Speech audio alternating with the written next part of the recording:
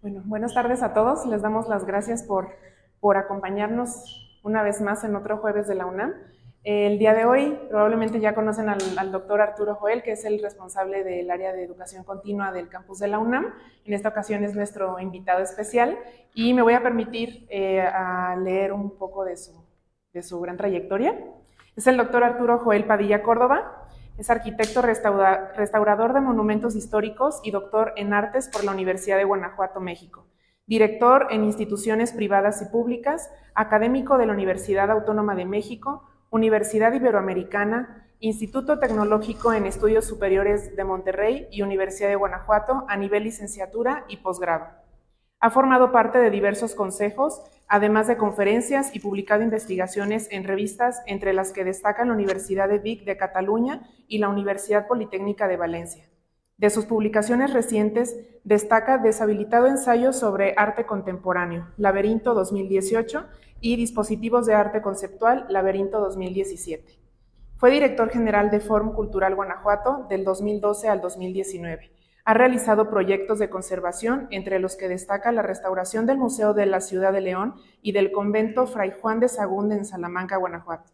Actualmente es coordinador de educación continua de la Unidad de Extensión de la UNAM en San Miguel de Allende, Guanajuato. Y el día de hoy nos acompaña con el tema Los valores en la historia del arte. Los dejo con el doctor. Sí. Qué amables, muy buenas tardes tengan todos y todas. Los saludo con gusto a ustedes, por supuesto que están presencialmente, y también a quienes nos acompañan en redes sociales. Bueno, vamos a hablar de un tema que no deja de ser muy interesante por la pertinencia que tiene en la actualidad. El tema de los valores es un tema que a todos nos debe de interesar, sobre todo en una época en que parece ser que los valores se han relativizado y las generaciones van incorporando cada vez más nuevos conceptos y de alguna manera con el paso del tiempo algunos conceptos de valoración se quedan en el pasado y otros se van incorporando. Háblese del lenguaje, háblese de la manera de expresarse, háblese de la forma de vestir, de actuar, de comportarse. Entonces, bueno, un buen pretexto es el arte. Y el arte en el sentido de esa expresión que tiene el ser humano a lo largo del tiempo, en el que va a testimoniar qué es lo que sucede con la sociedad y qué es lo que sucede con el ser humano. De alguna manera el arte lo veo como una especie de termómetro que nos alcanza a medir la temperatura del cuerpo. Y este cuerpo es un cuerpo social. Y de pronto podemos encontrar que la temperatura del cuerpo social puede tener una temperatura normal, aceptable, saludable, pero puede llegar a tener una medición de alarma, es decir, puede ser que el cuerpo social se encuentre enfermo y necesariamente requiera de una intervención. Finalmente, el arte es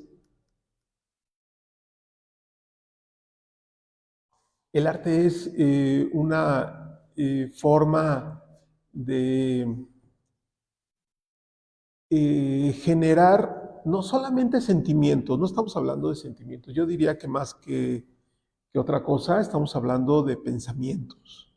Normalmente hemos ubicado a la expresión artística como el reflejo de emociones y de sentimientos, que efectivamente sí lo es, pero yo les diría que en tema de valores es muy importante tomar en cuenta que detrás de un valor en la obra de arte siempre encontramos un pensamiento. Y el pensamiento es, digamos, lo que hay que desentrañar. De alguna manera también encontramos que, ahorita vamos a ver una serie de definiciones. Tendríamos que empezar a saber de qué estamos hablando cuando estamos hablando de valores. No es necesariamente esta charla, una charla axiológica sobre la gran cantidad de valores que hay en el mundo, no, ni la clasificación, no. No se trata de eso, sino de manera muy particular poder leer en la obra de arte qué es lo que el artista está viviendo, qué es lo que está tratando de transmitir a través de un pensamiento, o también puede suceder qué es lo que nosotros vemos en la obra de arte y que de alguna manera identificamos. Los valores son cambiantes. Los valores no son... gracias. Los valores son cambiantes, no son fijos. Nos vamos a encontrar que los valores que encontrábamos seguramente hace 40, 50 años, algunos permanezcan, pero no todos necesariamente. Y de alguna manera los que vamos viendo con el paso del tiempo cómo se van incorporando unos y cómo se van perdiendo otros, de alguna manera añoramos los que se van perdiendo y de repente nos cuesta un poco de trabajo darnos cuenta cómo es que algunos se empiezan a incorporar. Bueno, ¿el valor qué es? Bueno, según la axiología es una cualidad que se le otorga a la persona, a un acontecimiento o a una cosa, para estimarlas. Cuando hablamos de estimación es que le damos valor. Cuando una persona estima a otra, es que le da un valor especial. Y el valor tiene que ver con esta condición que tiene una persona, un acontecimiento o una cosa. Por ejemplo, podemos darnos cuenta que un cuchillo tiene un valor porque está filoso. Su valor es estar filoso, pero pueden aplicarse los valores de manera positiva o negativa.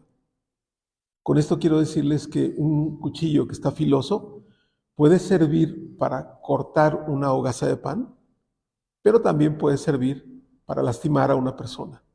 Entonces, un valor tiene esta doble connotación. Tiene una connotación que puede ser positiva o negativa. A nosotros lo que más nos interesa es poder darnos cuenta algunas consideraciones que tienen los valores.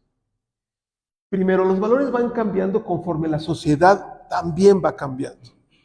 De alguna manera es como darnos cuenta que hace 50 años no teníamos computadoras o teníamos unos grandes ordenadores y ahora tenemos computadoras muy pequeñas que podemos llevar a un lugar a otro y que si no nos adaptamos a ese cambio, entonces finalmente nos vamos a quedar de una manera anclados en el pasado, igual con los valores. Podremos encontrar en la historia valores que sobreviven y en la actualidad y otros que van desapareciendo, lo que les mencionaba. Los valores de la historia nos sirven para conocer y comprender las circunstancias que la sociedad de cierta época desarrollaba. Ciertas sociedades desarrollaban ciertos valores. Como por ejemplo, hace 50 años o más, el valor de la caballerosidad era un valor que con el paso del tiempo se va transformando, si no es que desapareciendo. Se va transformando y de alguna manera se van incorporando nuevos conceptos, como por ejemplo el concepto de la igualdad, de la equidad, que terminan de alguna manera desplazando a otros. Los valores forman parte de una cultura. ¿Qué es la cultura? Nosotros la cultura la ubicamos como todo aquello que nos permite convivir entre nosotros. Si no tuviéramos cultura, nos costaría muchísimo trabajo convivir, muchísimo. Es decir, no tirar basura en la calle es muy necesario porque estamos en un marco cultural donde sabemos que si tiramos basura, estamos perjudicando a una segunda, tercera, cuarta persona. Entonces, de alguna manera, la cultura tiene que ver con ayudarnos entre todos. Y esto parece ser que de pronto se va perdiendo.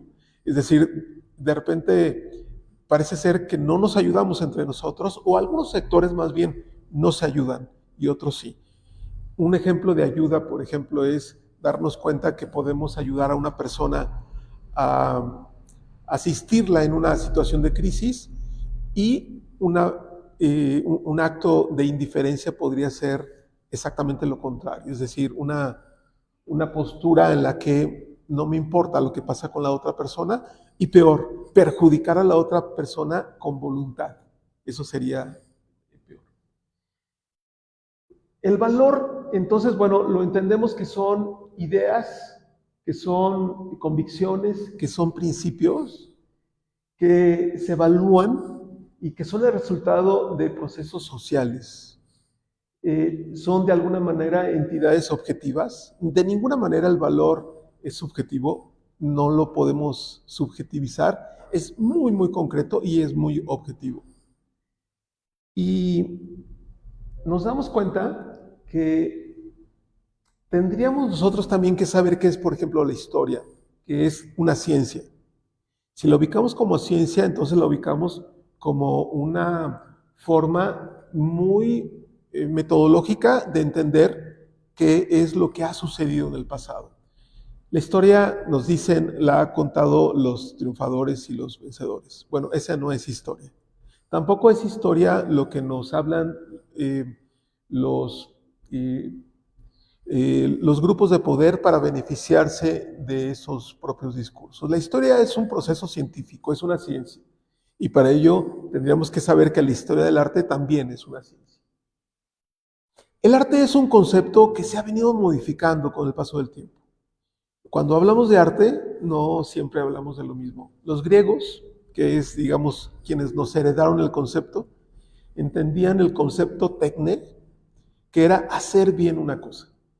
Es decir, hacer bien unos zapatos, tejer un vestido, pintar bien una pared, era tener tecne, es decir, tener arte.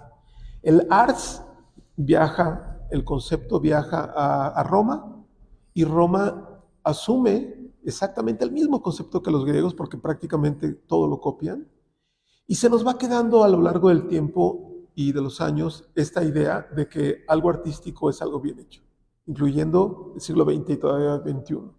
Por eso algunas personas todavía dicen, es que esa pintura la puede hacer mi hijo.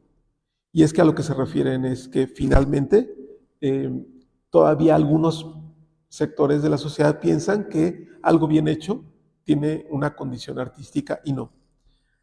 Hay un personaje, un filósofo que empezó a Hegel, que empezó a trastocar, digamos, ese concepto. Se dio cuenta que la sociedad estaba cambiando y en consecuencia el arte tenía que empezar a cambiar también. Y ya entrado el finales del XIX y principios del siglo XX, hay algunos autores que empiezan a darse cuenta de que esto está cambiando. Cuando hablamos de arte ya, estamos hablando de cosas muy distintas a hacer bien una cosa. Nietzsche, por ejemplo, nos advirtió sobre la muerte de los grandes conceptos. Los grandes conceptos, decía Nietzsche, ya no van a existir. Ya no hay esa forma de visualizar un gran concepto, un absoluto ya no existe. Él hablaba de Dios, pero no quiero enfocarme en esa parte para no vincularme a lo religioso, que no está vinculado esta plática a lo religioso, sino sí es muy importante a los grandes conceptos, darnos cuenta que los grandes conceptos empiezan a desaparecer. Lyotard empieza a hablar de la muerte de los grandes relatos, es decir, las grandes historias. Ahorita vamos a ver algunas historias. Walter Benjamin habla de que el arte empieza a perder esa energía que hay alrededor de ella, así como una especie de energía, como una especie de aura. Humberto Eco anuncia una multiinterpretación de la obra de arte, es decir, ya no hay una sola interpretación, sino podemos cada uno de nosotros tener interpretaciones distintas. Y Arthur Danto anuncia la muerte del arte. Bueno, muchos anuncian la muerte de muchas historias. Fukuyama anuncia con un ensayo muy lindo sobre la muerte de la historia, Arthur Danto la muerte del arte, y Nietzsche la muerte de Dios, y bueno, así parece ser que es el siglo XX, como la muerte de muchos grandes conceptos. Bueno, a esto quería llegar. Estos son algunos valores que yo les comparto, que son valores que nos ayudan a vivir en colectividad. Ni son todos, ni pretendo que creamos en ellos, pero son de alguna manera algunos que nos pueden ayudar como a poder visualizar. ¿Cuáles son los valores que nos ayudan en este concepto cultural a poder convivir?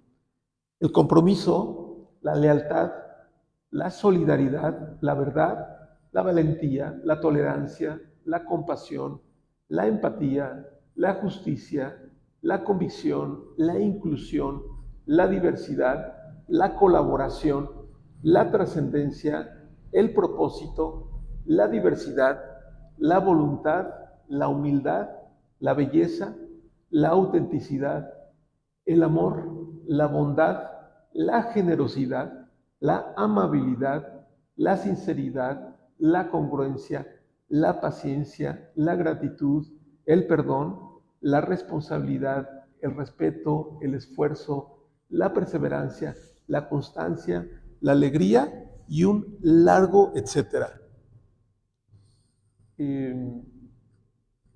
Digamos, si nos damos cuenta que hay una gran cantidad de valores, entonces nos vamos a dar cuenta que el arte, y aquí empezamos con algunas imágenes, tiene que ver precisamente con esta condición de poder comprender qué es lo que existe en los valores que está aquí. Les platico un poquito la historia y me ayudan. Bueno, esta es una pintura rupestre que se utilizaba en la Patagonia, al sur de Argentina, en el que un grupo de hombres y mujeres del Neolítico, si ubican el Neolítico, es este periodo en el que el ser humano pasó de ser nómada a sedentario. Y entonces cuando se convierte en un homínido sedentario, entonces empieza a cultivar, empieza a domesticar a los animales, pero, caray, empieza a tratar de plasmarse a través de una serie de pigmentos naturales y minerales y orgánicos, por supuesto, que diluye en su boca, que coloca para poder marcar esta pintura rupestre, coloca la mano sobre la piedra y entonces lo que hace es, como una manera de aerosol, escupe la pintura de tal manera que con el paso del tiempo quedan marcadas ahí las manos. Pero no es una mano, no son dos manos, son las manos de una colectividad. Entonces, aquí tenemos valores. ¿Qué valores creen que puede estar aquí de alguna manera presentes? Encuentren uno.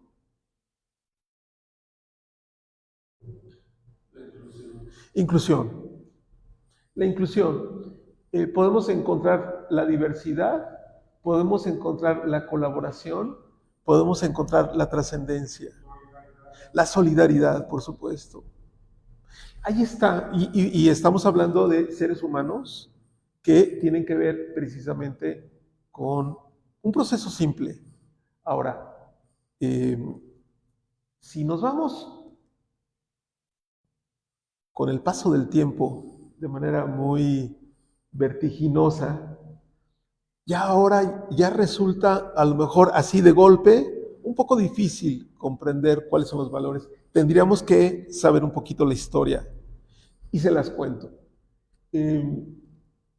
Primero, que sepamos que el arte, y en este caso escultórico, se convirtió en un recurso narrativo.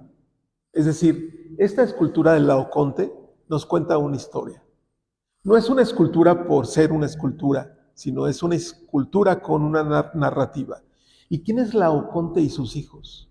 Y entonces, bueno, si nos remontamos no solamente a cuando fue hecha, que es 40 años antes de nuestra era, esta escultura en la época helenística, nos vamos a dar cuenta que los griegos en esta época precisamente de reconocimiento de una gran cantidad de talentos en esta parte del Ática y de Alejandría, nos damos cuenta que hay una serie de esculturas que cuentan una narrativa. Bueno, Laoconte es un sacerdote. Este sacerdote advierte a el rey Príamo, rey de Troya, que no abra las puertas a este caballo que dejaron los aqueos.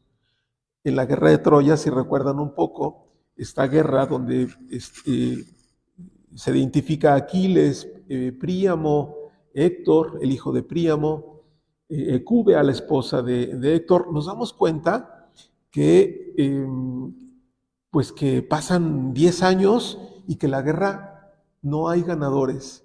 Y bueno, los griegos aparentemente simulan irse y dejar un caballo de madera, un gran caballo de madera, y entonces salen los troyanos y dicen, ¡ah, qué padre! Se fueron los aqueos. Empiezan a caminar por la playa, ya no ven a los barcos, pero encuentran un caballo.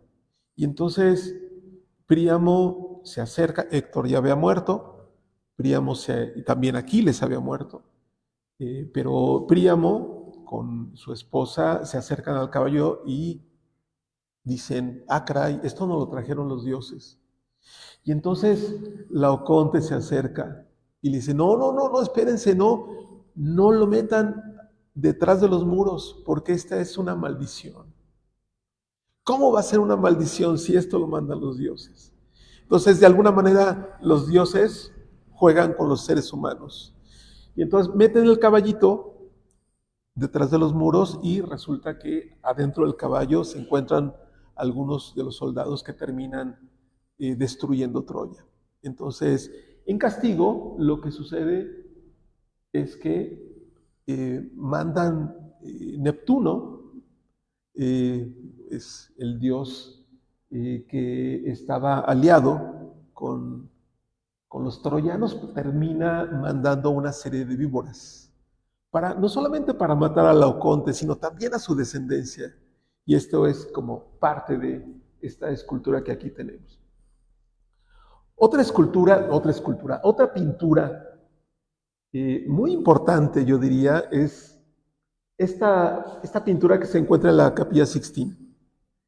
Fíjense, tenemos el nacimiento, la creación de Adán. Siglo XVI, principios del siglo XVI, pintada por Miguel Ángel. Miguel Ángel era un escultor que no se consideraba pintor, y cuando el Papa Julio II le encarga esta pintura, reniega, no le gusta pintar, le gusta más esculpir. Además es un excelente pintor, es un excelente poeta, es un excelente arquitecto. Miguel Ángel es un hombre del Renacimiento, pero aquí pinta en la Capilla Sixtina del Vaticano en Roma a Dios creando a Adán. Y ayúdenme un poquito a encontrar cuál es la relación entre Dios y Adán. ¿Qué podrían encontrar?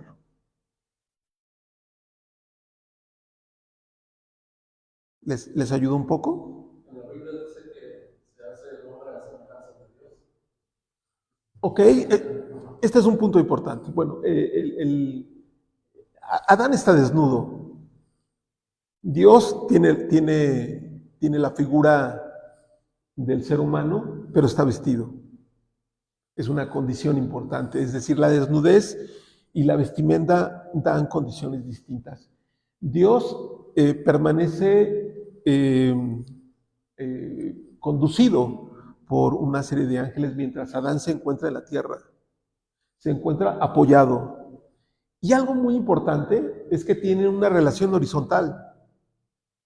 Es decir, no es una relación vertical, es una relación horizontal. Horizontal en la pintura, no en el concepto, porque finalmente Dios está en el cielo y Adán está en la tierra. Pero ahí tenemos un valor muy importante. Y yo me concentraría en esta mano. La mano de Dios estira su dedo índice para tocar el dedo índice de Adán, del hombre.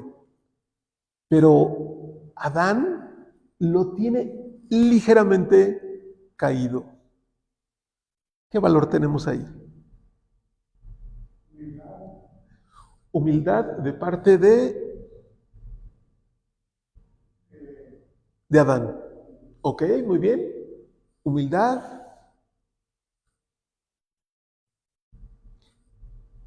Si Dios tiene el dedo estirado, Adán requiere de la voluntad de él para estirarlo. Es decir, la voluntad del hombre es muy importante. Es decir, basta que Adán haga esto para que toque el dedo de Dios. Es decir, la voluntad del hombre ahí se necesita. La voluntad de Dios está, pero la voluntad del hombre está por verse. Entonces, este tipo, digamos, de acercamientos a algunos pequeños detalles, se descubren muchas cosas que podríamos encontrar. Bueno, el David de Miguel Ángel. El David está, bueno, es una escultura de 3 metros. Miguel Ángel, les comentaba, es un hombre del Renacimiento, va encontrando una piedra y entre varias piedras se escoge una. Tenía un ojo impresionante para poder a través de las vetas darse cuenta qué escultura podría ser la más adecuada.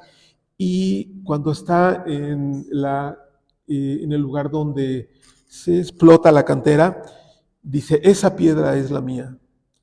Es contemporáneo de Leonardo da Vinci. Leonardo da Vinci es más un intelectual. Yo me atrevería a decir que Miguel Ángel es más un hombre que trabaja con las manos. Me lo imagino con las manos muy ásperas, con mucha fuerza, con mucha voluntad de poder devastar. Y bueno, igualmente aquí tendríamos que encontrar un poquito la historia. Primero, el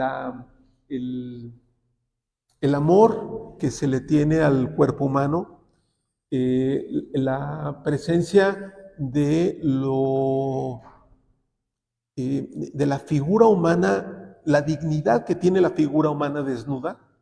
Y si nos damos cuenta que venimos para este momento de la Edad Media, nos damos cuenta que en el Renacimiento la desnudez del ser humano es digno, es muy digno. Aquí tenemos una piedra alrededor de 3 metros de alto, parecería que es de 1,80 de alto, no, es una piedra muy grande.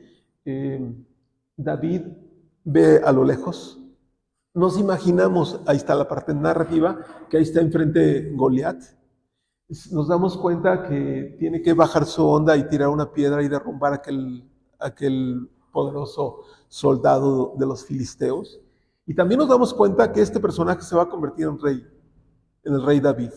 Es decir, hay toda una historia que puede ir hacia el futuro inmediato y también hacia el futuro no tan inmediato. Bueno, aquí encontramos una pintura de Rubens, Simón amamantado por su hija Pero. Y este es uno de las historias más interesantes y también más controvertidas, porque resulta que es la hija amamantando al padre. Esta es una historia que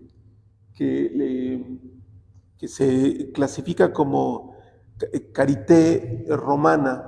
La carité romana es la caridad romana, es decir, estamos ante un acto de caridad. Así le llamaban caridad en ese sentido. Yo creo que ya puede cambiar a lo mejor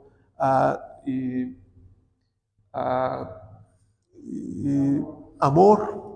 Amor, ese podría ser un amor, es decir, se está muriendo el padre y el padre está, si se dan cuenta, está siendo, fue juzgado y fue sentenciado para morir de hambre.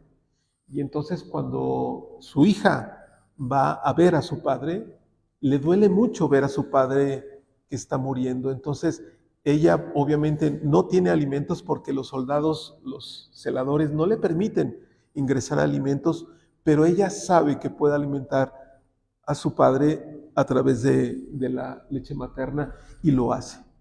Esto fue muy criticado durante mucho tiempo por muchas personas, pero digamos que ahí como que tuvo que ver mucho cómo le daban el enfoque las personas. Por eso hablamos de que el arte tiene un sentido también multidireccional.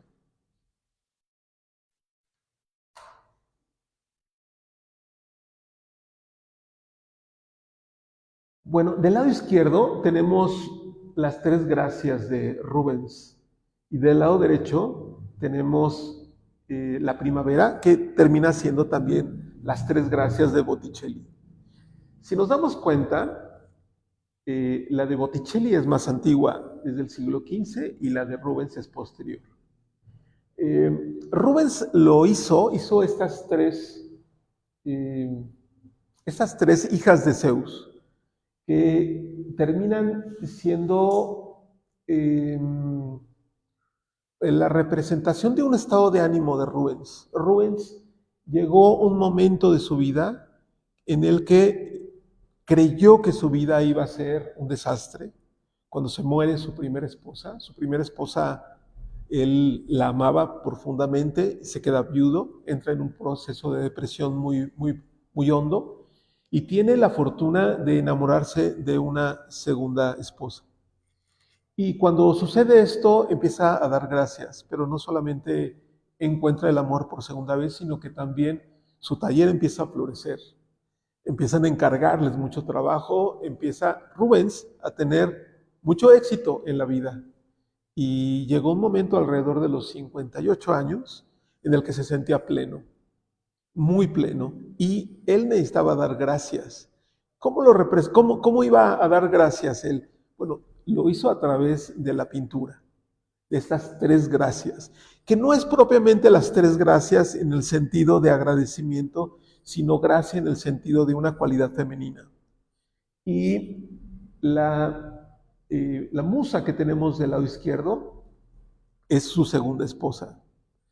Si se fijan, las pinturas de Rubens son mujeres que están desnudas y que tienen un velo completamente transparente.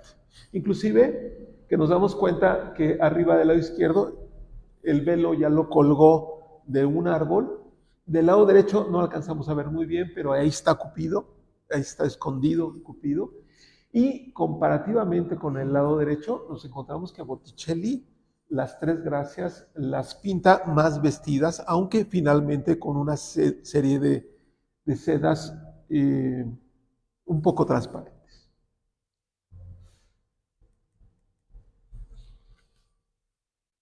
Nikiforos es un pintor griego que pinta un tema griego.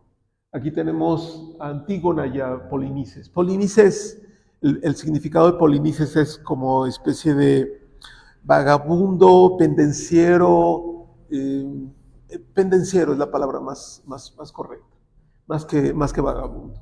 Y entonces, ¿cuál es la historia de Antígona y Polinices? Bueno, primero son dos hermanos. Polinices pelea, hijos ambos del rey Edipo, pelea con un tercer hermano por el reinado de Tebas.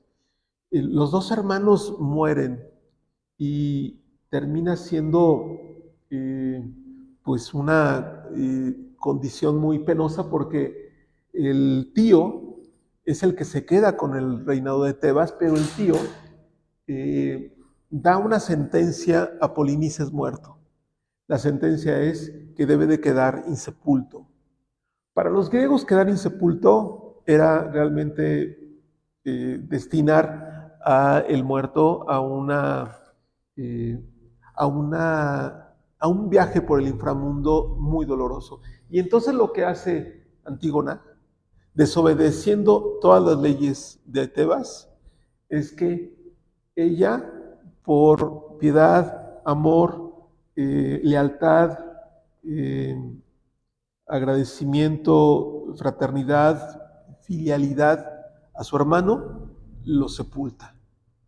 A costa de que a ella le encierran y dentro del calabozo, ella termina, hay varias historias, pero una de las historias más cercanas es que ella termina ahorcándose. Bueno, nos vamos al rococó. Me voy a ir un poquito rápido porque, ok. Aquí tenemos una pintura de Honoré Fragonard. Si se fijan, del lado derecho encontramos al esposo y del lado izquierdo encontramos al amante. Y entonces, ¿qué tenemos en este columpio? A una mujer que es empujada por el esposo y que va dirigida hacia el amante. Es decir, aquí estamos hablando de un tema de fidelidad y también de lealtad. Francisco Goya, el fusilamiento de 3 de mayo 1814, cuando los franceses invaden Madrid, hay una serie de fusilamientos que aquí tenemos ya, pues son fusilamientos masivos. Vemos un personaje central, vemos ahí una lámpara junto a los soldados, que es una lámpara que ilumina, porque es de noche, ilumina a las personas que van a asesinar, y bueno, vemos esta falta de piedad que hay contra los madrileños, los españoles. Bueno, esta es Ofelia. Estamos en la época de los prerrafaelitas, que es un movimiento que deriva del romanticismo. Aquí tenemos a John Everett Mila. Ofelia es la esposa, no es esposa, es la prometida de Hamlet, cuando Hamlet empieza a enloquecer porque empieza a aparecerse su padre muerto, asesinado por su tío para poder ocupar el reino, termina Ofelia desesperadamente suicidándose. La historia dice que se sube a una rama y se deja caer. Entonces, bueno, aquí tenemos a Ofelia. Y entonces nos damos cuenta que aquí tenemos una serie de valores, ¿no? El amor profundo, la lealtad a un reino, la lealtad a una familia. Y atrás de esto encontramos traiciones, encontramos otras condiciones. Rinaldo y Armida es la historia, una historia muy, muy añeja, que por cierto hay una pieza, una aria de Federico Händel, que es maravillosa, búsquenla y es primorosa. Aquí tenemos, digamos, a Rinaldo y Armida. Armida no es lo que parece. Armida es una hechicera, pero cuando quiere destruir a su enemigo, porque, digamos, ambos forman parte, la narración está derivada de la liberación de Jerusalén. Y digamos, estamos hablando de dos enemigos, pero termina siendo Armida una hechicera que se convierte en una mujer seductora para poder seducir a Rinaldo y poderle dar muerte. Y allá atrás, a la ventanita, están los soldados avisándole a Rinaldo: oye, espérate, es una hechicera, por favor, vente, te van a matar. Y bueno, es un poco el encantamiento, es un poco el engaño, obviamente el amor disfrazado. Caspar David Friedrich, tenemos a un hombre en el pleno romanticismo, un hombre solo viendo el paisaje, la soledad, la reflexión, la naturaleza, el valorar la naturaleza, la soledad, la introspección. No importa quién es, porque no se le ve el rostro, es un ser humano que termina siendo rendido por una naturaleza apabullante. Van Gogh, que no pinta deidades, sino pinta a su cartero y a su doctor.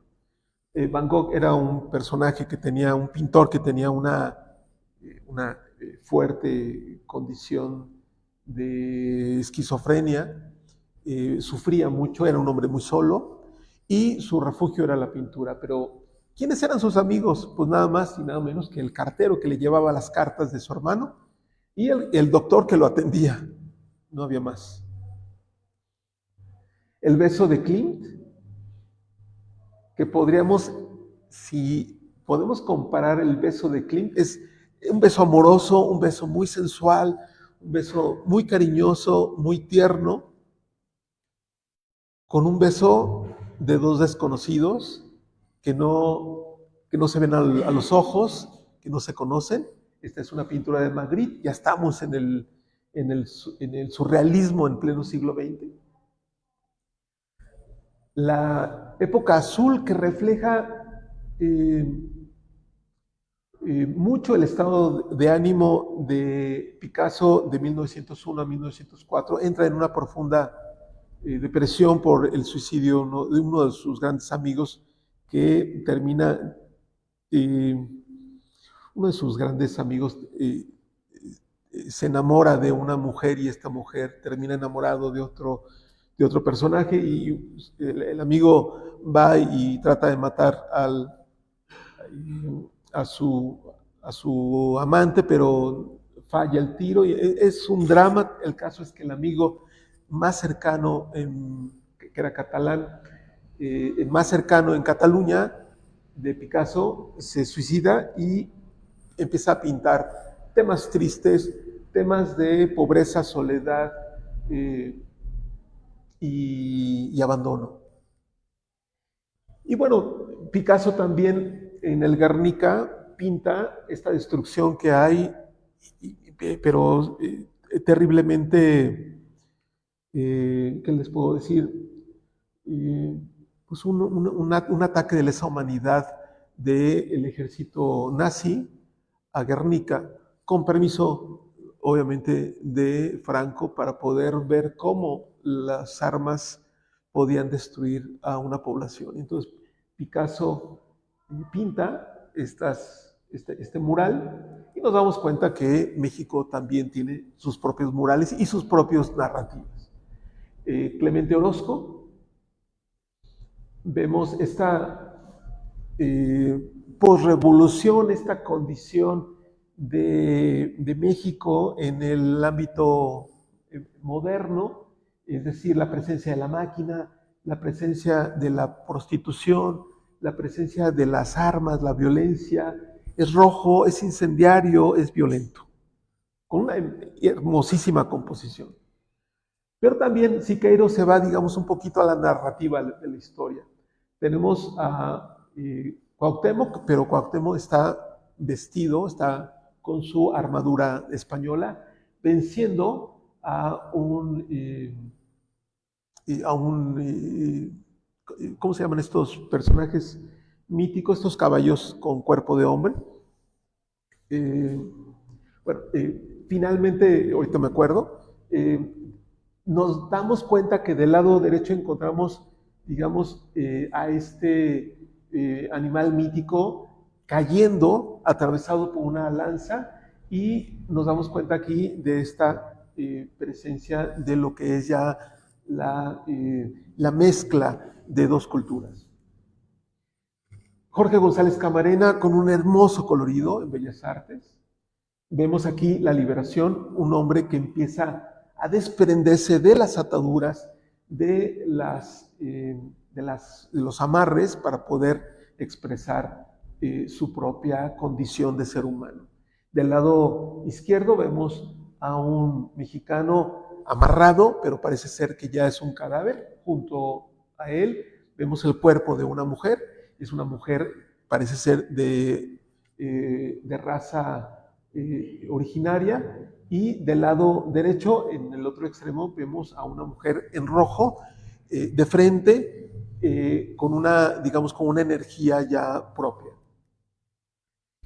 Y nos damos cuenta que en México y en el mundo, la narrativa del mural empieza a cambiar. Y aquí tenemos un movimiento que es la ruptura. Y aquí tenemos a Manuel Félgueres en el edificio de de la Secretaría de Educación Pública, y vemos que ya nos cuesta trabajo encontrar la narrativa. Es decir, ya no hay propiamente una narrativa porque ya no les interesa la narrativa.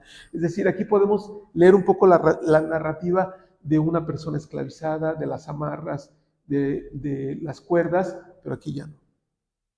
Y entonces, digamos que la ausencia de narrativa se empieza a incorporar. Y con esta imagen termino.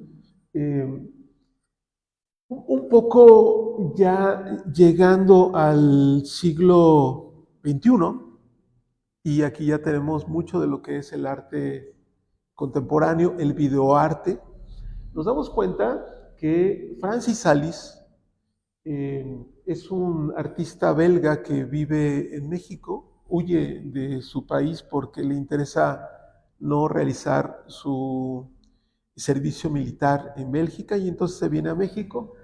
Acá de los mexicanos no entiende muchas cosas, pero ya después con más tiempo les platico. Pero concretamente aquí lo que hace es un video que se llama Juego de Niños. Hace 27 videos sobre juegos de niños jugando cartas, juegos de niños jugando con pelota, con una rueda, brincando, saltando, con rayuela, etcétera, etcétera. Pero aquí concretamente, si se fijan, este es un video de 9 minutos que es un juego de fútbol en una zona, Mosul es una zona de control, que es una zona de control talibán, y los niños tienen prohibido jugar pelota. Si se fijan, no hay pelota. Están los jugadores, pero no hay pelota. Entonces, digamos, es un juego sin pelota, pero perfectamente bien jugado por ellos. El video lo tengo, pero creo que ya no nos va a dar el tiempo. Y aquí nos damos cuenta que los niños superan esta condición de estar marginados para poder jugar sin poner en riesgo la vida. Y no vamos a alcanzar a ver el video porque quiero dejar un poco de espacio para preguntas con ustedes. Con esto cierro. Muchísimas gracias.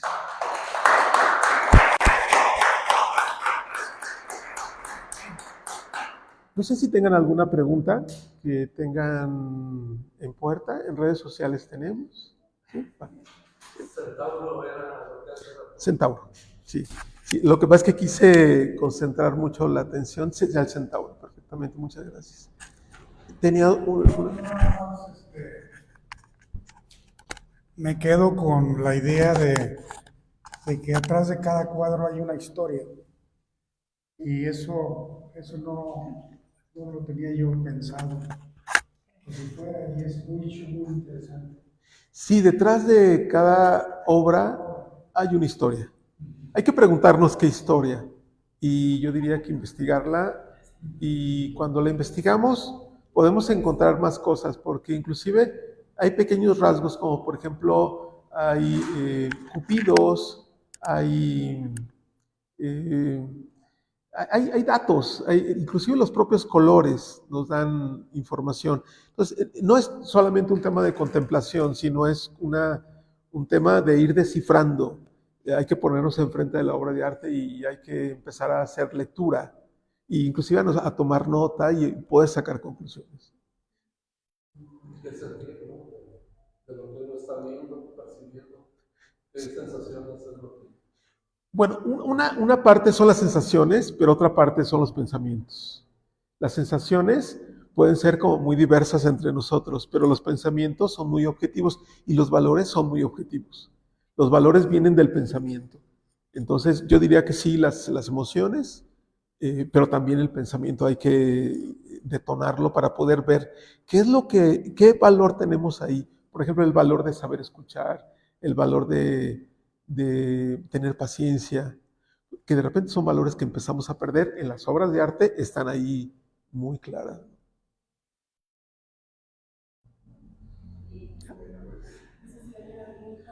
¿Alguno? Bueno, también me impresionó mucho la conferencia, porque ha visto la profundidad que pueden tener las obras de los siglos anteriores que nos presentaron, inclusive de las esculturas, y estaba pensando todo lo que quiero leer ahora para conocer mucho más. Sí, hay muchas cosas que habría que ponernos a analizar. Es decir, tan solo, por ejemplo, la creación de Adán, el hecho de que Dios tiene el dedo índice estirado y Adán lo tiene un poco caído, es claramente un mensaje de que la voluntad del hombre es necesaria para que haya una conexión con Dios. Entonces, nada más tiene que hacer esto el ser humano para poder conectarse. Y entonces, ¿qué le está diciendo Miguel Ángel al mundo a través de la Capilla Sixtina del Vaticano? La voluntad es muy importante, es lo que falta, la voluntad. O sea, no, lo que nos está diciendo, no se queden sentados, hay que hacer cosas. ¿Hay alguna página web donde analice este tipo de cosas? No, hay muchos libros, hay muchos libros. Sí. Un libro, pero ¿qué? Sí, hay un libro muy... La página web. Sí, no, página web no. No, porque... Y estaba pensando lo interesante que sería un museo que en alguna muestra, aparte de la obra, haga esta interpretación en cédulas de las obras. Sí, hay un libro que se llama Los propósitos del arte, que ayuda mucho a descifrar este tipo de cosas. Pero también yo soy más de la idea de trabajar mucho con la hermenéutica. Sí. Es decir, no esperemos que nos lo traduzcan, sino nosotros sacar nuestras propias conclusiones. Gracias. Sí. Sí, el libro del Dios, ¿no? De que los nombres, Dios no te forza a hacer contacto con él, sino que tú decides hacer contacto. Tú decides. Ese es el mensaje de Miguel Ángel. Sí. Tú decides hacerlo.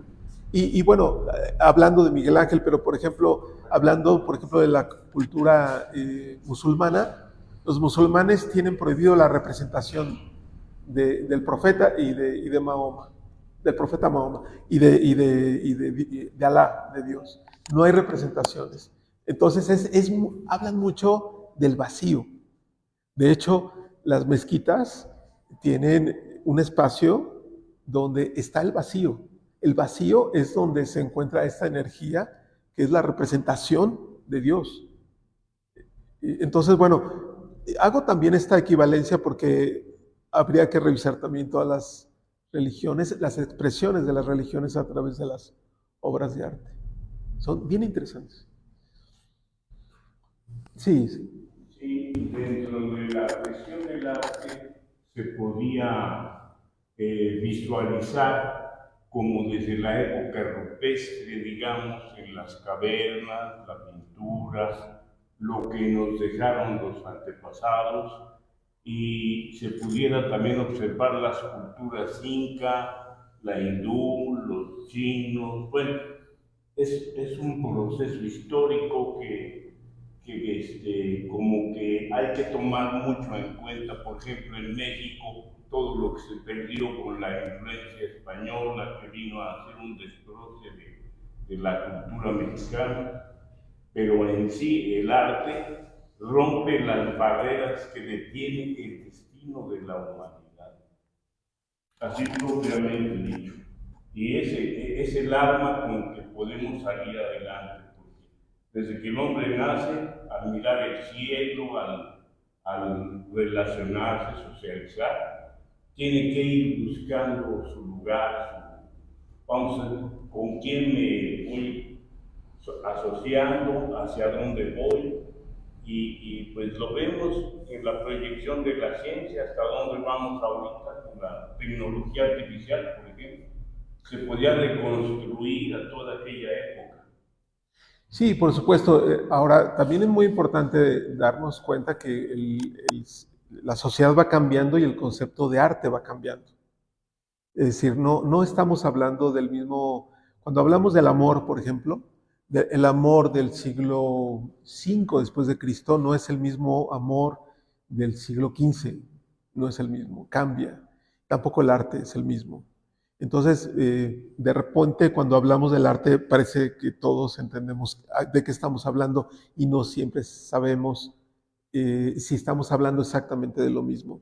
Entonces, bueno, de alguna manera, en la actualidad, entendemos que el arte es más allá de ser un objeto de contemplación, es una expresión que se encuentra incrustada en una estructura cultural que nos ayuda a vivir mejor. Si no nos ayuda a vivir mejor, entonces, ¿para qué? Y el arte termina siendo, digamos, este gran ingrediente que nos permite reflexionar, que nos permite dialogar con alguien que ya murió, estamos hablando de Miguel Ángel y Miguel Ángel ya ni existe, y estamos hablando de sus intenciones. Y nos damos cuenta que hay una trascendencia, un valor de trascendencia desde entonces que hasta la fecha podemos decir, caray, la voluntad es muy importante en el ser humano. Y entonces parece ser como que en la actualidad podemos encontrar ese valor de la voluntad en pleno 2025. Y el arte nos lo dice, es decir, hay muchos valores, hay engaños, por ejemplo, plasmados. Hay fidelidades, nos ponen en cuestionamiento nuestros afectos legales y prohibidos, es decir, ahí está en el columpio el esposo y el amante, y la mujer balanceándose Es decir, este concepto de estoy con el amante, estoy con el esposo, estoy con el amante, bueno, termina siendo también un tema ético, un tema de decir, a ver, ¿con quién vas a estar? No alcanzamos a ver, pero ahí aparece que una pequeña zapatilla se le escapa. Es decir, déjenme ver si para que lo vean. Está este columpio y si se fijan, aquí en la parte superior se le escapa la zapatilla. Esa zapatilla es una señal de que se está inclinando hacia el amante. De hecho, si se fijan, la visual del amante que está abajo del lado izquierdo es ver hacia la parte interior del cuerpo de ella. Y ella está levantando la pierna con la intención de que eso suceda. Entonces, bueno, esos son los valores. Y es la seducción. Ahí está otro de los valores, ¿no? Que puede ser a favor o en contra, ¿no? Acuérdense, los valores siempre nos podemos focalizar de manera positiva o también de manera negativa.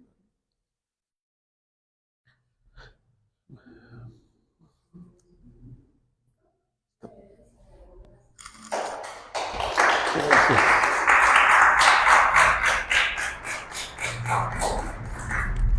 Voy a leer algunos comentarios de redes sociales. Yolanda Luna, gracias por la transmisión. Lila Alanís también pudo conectarse. Guillermo Valderas, saludos cordiales desde Santiago, Miahuatlán, Puebla. El doctor Carlos Quesada, saludos doctor, datos tan interesantes. Froy Arrieta, a lo mejor era de lo que estaban hablando, solo pone compasión.